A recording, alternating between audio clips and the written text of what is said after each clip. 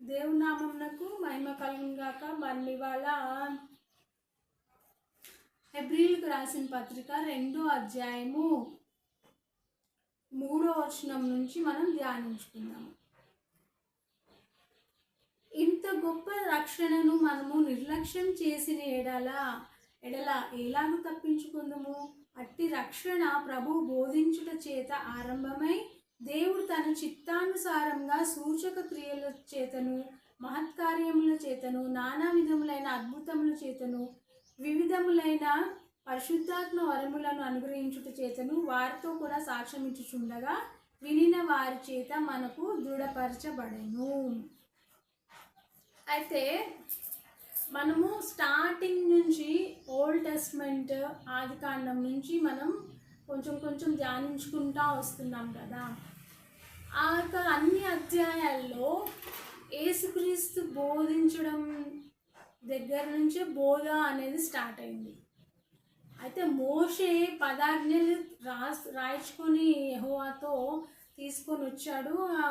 కొంచెం ఎక్స్ప్లెయిన్ చేసేవాడు అప్పుడప్పుడు, ఇట్లా చేయాలి, ఇట్లా 10 ఆజ్ఞలను ఇట్లా ఫాలో అవ్వాలి, బలులు ఇట్లా అర్పించాలి అని మోషే అహరోనులు ఎక్స్ప్లెయిన్ చేసేవాళ్ళు.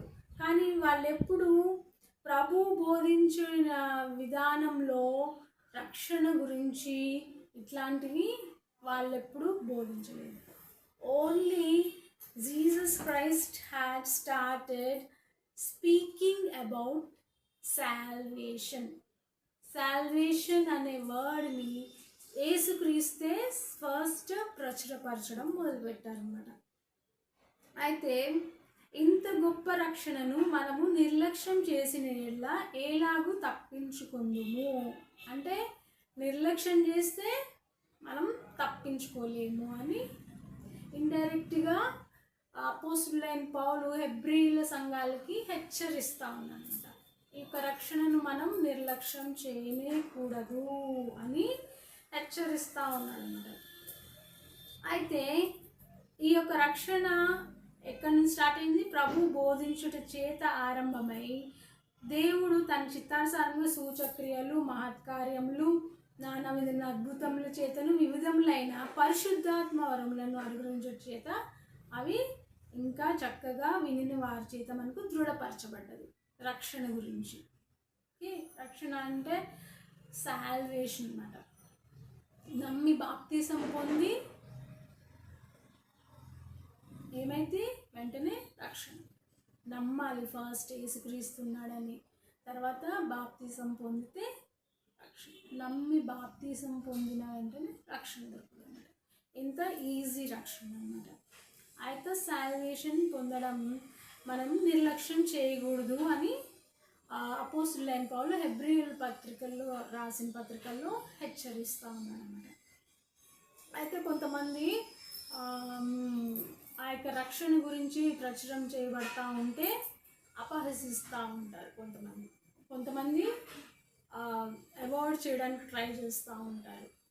అప్పుడు ఈ యొక్క వాక్యం ఎత్తి వాళ్ళని దండించాలి. We should restrict them by saying that this is the salvation. This word when spread gives salvation to the people. This should be given to the people so that across the world people will be saved. Okay. అయితే ఇంకొక చక్కని verse ఉంది రక్షణ అనే word మీద.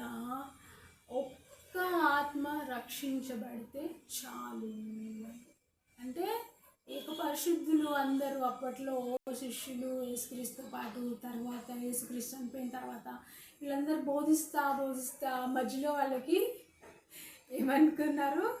మన బోధ వల్ల ఒక్క ఆత్మ రక్షించబడితే చాలు అని చెప్తా ఉన్నారు. ఎస్పెషల్లీ మా యొక్క పెంతెకోస్ట్ చర్చ్లో ఆ యొక్క బ్రదర్స్ ఈ యొక్క వర్స్ని బాగా మెడిటేట్ చేస్తూ ఉన్నారు. ఒక్క ఆత్మ రక్షించబడితే చాలు అంటే, మొత్తం మీ యొక్క బోధ విన్న వాళ్ళు అందరూ రక్షించబడ్డం not a thing which will happen, but at least if one soul be saved by listening to this preaching or this salvation word, it is enough. Enough అట్లా అన్నమాట. అలాగూ అంటే ఆత్మ అంటే మనకు తెలిసిందే కదా, ఒక మనిషిని లోపల అంతరాత్మ ఉంటుంది అన్నమాట కదా.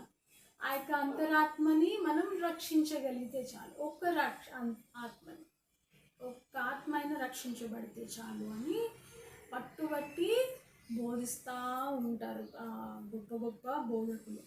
అయితే మనం అంత గొప్పవాళ్ళం కాదు, మనం రక్షించే అంత గొప్ప బోధ కాదు మంది, కానీ మన యొక్క బోధ వల్ల రక్షణ మాత్రం తప్పకుండా చాలామందికి ప్రచురపరచబడుతుంది అని మనం నమ్మాలి.